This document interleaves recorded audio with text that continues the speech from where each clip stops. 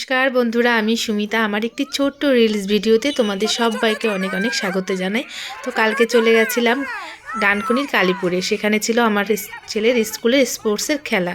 তো সেখানেই দেখো আমার ছেলে খেলা করছে। আর আমরা সকালবেলায় সব টিফিনগুলো করে নিয়ে গেছিলাম। সকাল 9টার মধ্যে খেলা শুরু হয়ে যাবে, তাই তাড়াতাড়ি করে ছোলা সেদ্ধ করে ছোলা ভালো করে ভেজে নিয়েছিলাম। সঙ্গে পাস্তা নিয়েছিলাম, শসা আর ডিম সেদ্ধ আর কিছুটা মুড়িও কড়াইতে ভালো করে নাড়িয়ে ভেজে নিয়েছিলাম। তো তারপর দেখো বাচ্চাগুলো সব খেয়ে নিচ্ছিল, আর আমরাও সঙ্গে সঙ্গে একটু একটু করে টিফিন খেয়ে নিচ্ছিলাম। তো এইভাবে আমরা অনেকক্ষণ বসেছিলাম আর খেলাও দেখছিলাম। তারপর আমি আমার নিজের একটু ভালো করে ভিডিও করে নিলাম। তারপর আবার খেলা শুরু হয়ে যাবে। তো এই দেখো আবার খেলা শুরু হয়ে গেছে, একটা ফুল নিয়ে দৌড়ানো। তো এই যে খেলা শুরু হয়ে গেছে, ফুল নিয়ে দৌড়ানো।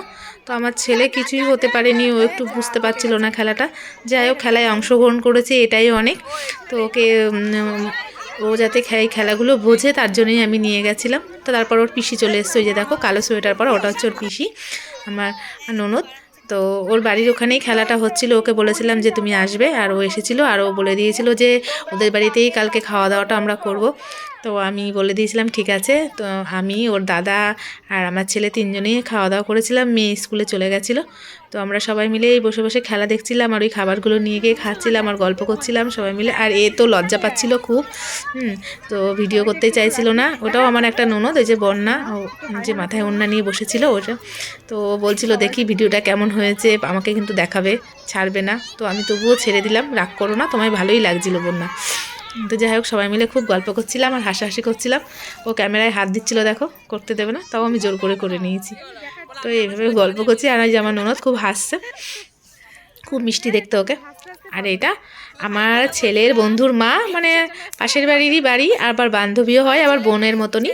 যাই হোক, তো সবাই মিলে গল্প করছিলাম, আর ও খুব হাসছিল। ভিডিও করতে বলেছি ওকে, ওকে কথা বলতে বলেছিলাম তার জন্য। তো সবাই বাচ্চাগুলো খেলা করছিল, খুব ধুলো মাখামাখি করছিল। আর আমি একটু নকশা করে আমাকে নিজেকে দেখছিলাম, দেখো আমাকে কি বিচ্ছিরি দেখতে লাগছে। যাই হোক, এবার আমার ননদের বাড়ি চলে যাব, খাওয়া দাওয়া করব ওখানে। কালকে নিরামিষ ছিল ওদেরও আমাদেরও, তাই অনেক রকম রান্না করেছিল। শাক ভাজা, সোয়াবিনের তরকারি, ডাল, বাঁধাকপির বড়া, আবার ডিম ভেজে দিয়েছিল আমার ছেলেকে। তো ভালো করে খাওয়া দাওয়া করে গল্প করে আবার বাড়ি চলে আসলাম। টাটা সব।